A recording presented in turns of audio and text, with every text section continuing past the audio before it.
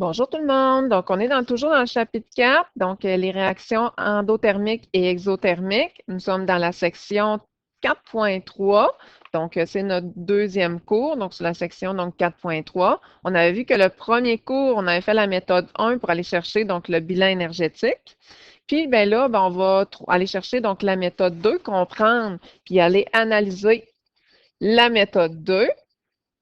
Et la méthode 2, pour aller toujours chercher la variation d'enthalpie, porte sur les diagrammes énergétiques. Fait qu'on se rappelle que le but, c'est toujours d'aller chercher la variation d'enthalpie, variation d'enthalpie, variation d'enthalpie. C'est la même chose qu'aller chercher donc le delta H. C'est la même chose qu'aller chercher donc la chaleur dégagée ou absorbée. Dans le fond, le but, c'est d'aller chercher la variation de delta H. OK, fait qu'au niveau d'un diagramme énergétique, donc on va faire un beau diagramme avec comme axe dy l'énergie ou l'enthalpie. On se rappelle que l'énergie et l'enthalpie, c'est la même chose, en fonction de la progression de la réaction, donc pour notre axe des X. Fait qu'à savoir qu'au début, on va toujours aller positionner l'enthalpie des réactifs donc à 0. Comme ça va être plus facile à calculer. C'est pas vrai que les réactifs ont une énergie donc de 0, mais c'est comme pour être un petit peu plus visuel. Et on va vouloir savoir à la fin, l'enthalpie des produits va être à combien? Hein? On avait vu que la différence entre les deux, donc l'enthalpie des produits moins l'enthalpie des réactifs me donne la variation d'enthalpie. Et si la variation d'enthalpie, comme dans ce cas-ci, donc descend, c'est sûr que ça va leur dire que c'est exothermique. Hein? Variation d'enthalpie, c'est négatif, c'est exothermique. Et si c'est positif, on avait vu que c'était endo, donc thermique. Mais qu'est-ce qui se passe finalement donc, entre les deux? C'est que pour que les réactifs soient capables de briser donc leurs liens pour former de nouveaux liens, donc au niveau des atomes, puis de se transformer donc en produits, il faut que les réactifs absorbent de l'énergie. Énergie absorbée. Cette énergie absorbée-là correspond à l'énergie donc d'activation. Si je ne donne pas assez d'énergie d'activation, j'ai des réactifs, leurs molécules, donc les liens ne seront pas brisés, les atomes ne seront pas libres de faire donc de nouveaux liens et la réaction se fera jamais. Donc, les réactifs se transformeront jamais donc en produits. Si je donne assez d'énergie, si j'atteins l'énergie d'activation, je vais arriver à un point qu'on appelle le CA, le complexe activé. Le complexe activé, là, il dure quelques secondes. Puis lorsque le complexe activé est atteint, tous les atomes donc, sont libres de reformer donc, de nouvelles liaisons.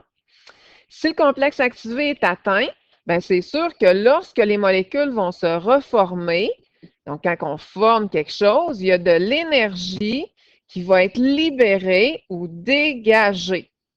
Dégagée ou libérée, donc comme vous voulez.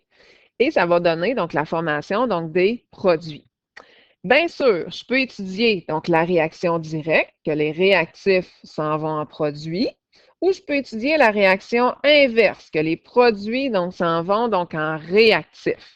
Fait que ça veut dire que si je veux avoir l'énergie d'activation de la réaction directe, c'est celle-ci, mais l'énergie de la réaction inverse, énergie d'activation inverse, c'est comme si finalement que je partais des produits puis que je voulais finalement donc m'en aller vers les réactifs. Fait qu'on se rappelle à l'énergie d'activation, c'est toujours du début de la réaction, donc jusqu'au top du complexe, donc activé. Fait que c'est la même chose. Si le début de la réaction, c'est mes produits, donc c'est du début jusqu'au top du complexe, donc activé. Si je veux avoir la variation d'enthalpie, la réaction directe, c'est sûr que c'est des réactifs aux produits, mais lorsque je vais des produits aux réactifs pour la variation d'enthalpie de la réaction inverse, là, on se rendrait compte que ici c'est positif, tandis que là, comme on avait vu tantôt, là, c'était donc négatif. On a un petit résumé, donc pour vous expliquer qu'est-ce que c'est donc l'énergie donc d'activation, qu'est-ce que c'est donc le complexe donc activé. Habituellement, ben c'est sûr que pour que le complexe activé donc se forme, il faut que les réactions chimiques aient assez de collisions. Il faut là, que mes réactifs rentrent en collision, qu'on appelle des collisions efficaces. On va en reparler, ce n'est pas nécessairement super important pour ce chapitre-là, pour être capable de défaire dans le fond là, tout, donc les atomes. Puis si vous voulez savoir qu'est-ce que c'est, donc la variation d'enthalpie, on a donc un petit résumé donc ici. Oh, ça, je l'aime. Donc, ces deux petits diagrammes-là. On a la comparaison entre une réaction exo et endothermique. Bien, je le vois tout de suite. Regardez. On a l'enthalpie des réactifs, puis l'enthalpie donc des produits les plus basses. Fait que c'est sûr que si ça descend, on a une variation d'enthalpie donc négative, ce qui fait que c'est vraiment exothermique. Dans l'autre cas, ben, on a l'enthalpie des réactifs qui est plus basse que l'enthalpie donc des produits, ce qui fait en sorte que la variation d'enthalpie s'en va donc vers le haut, positif. Quand c'est positif, ben, c'est sûr que c'est endo, donc thermique. Donc ça, il faut le savoir par cœur. Qu'est-ce qu'on pourrait aller écrire ici? On pourrait aller dire que, regardez là, l'enthalpie des réactifs est plus petite que l'enthalpie des produits. Et ici, l'enthalpie des réactifs ben, est plus grande que l'enthalpie donc des produits. Puis là, qu'est-ce qu'on peut vous demander comme question avec ces diagrammes-là? C'est qu'on peut vous poser donc des questions. Admettons, on pourrait vous demander quelle est donc l'énergie donc d'activation de cette réaction-là. Fait que l'énergie d'activation, on le sait, c'est du début jusqu'au complexe activé. Le complexe activé, c'est toujours donc le top de la montagne. Fait que l'énergie d'activation, ben, je pars de 0, je m'en vais à 80, fait que ça serait de 80. Ici, l'énergie d'activation, je pars des réactifs, de l'enthalpie des réactifs, je m'en vais donc jusqu'au complexe activé, fait que je pars de 0, je m'en vais jusqu'à 980, fait que c'est sûr que l'énergie d'activation est de 900, donc 80. Qu'est-ce qu'on pourrait vous demander? On pourrait vous demander la variation donc d'enthalpie.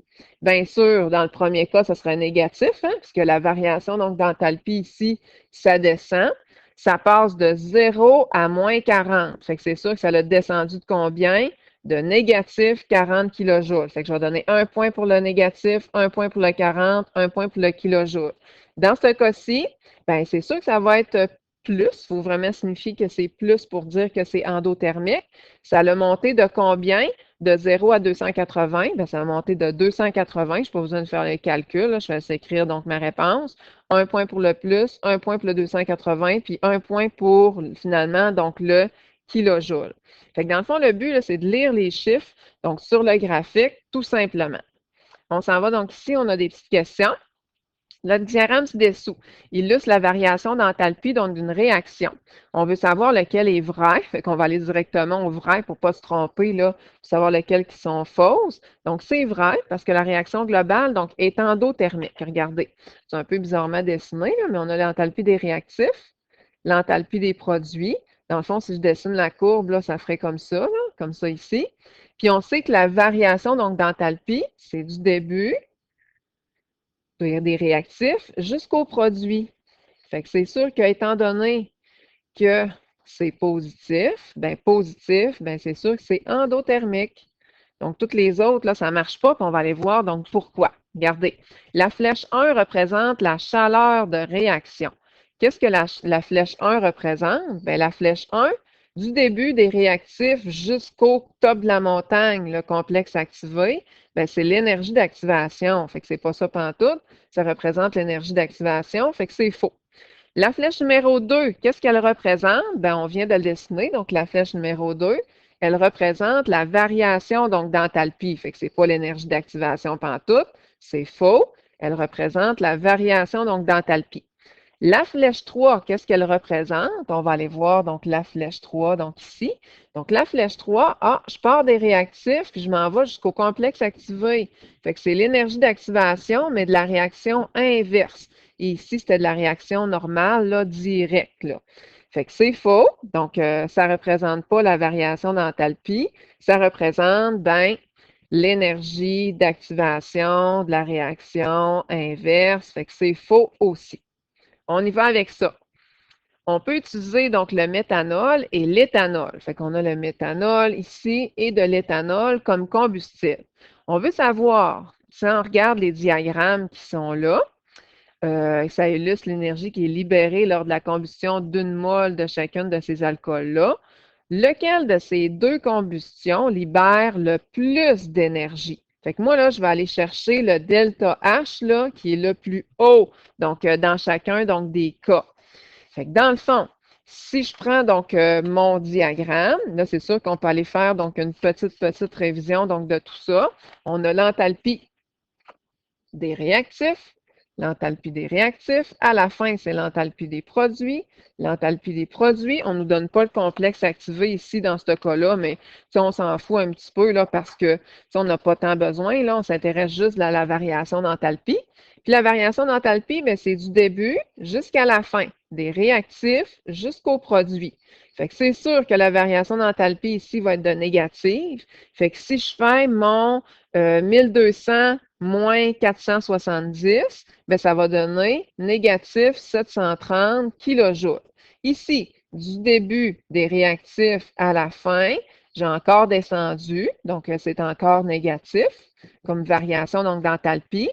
Fait que si je fais encore là 2800 moins 1430, qui va me donner 1370 kJ.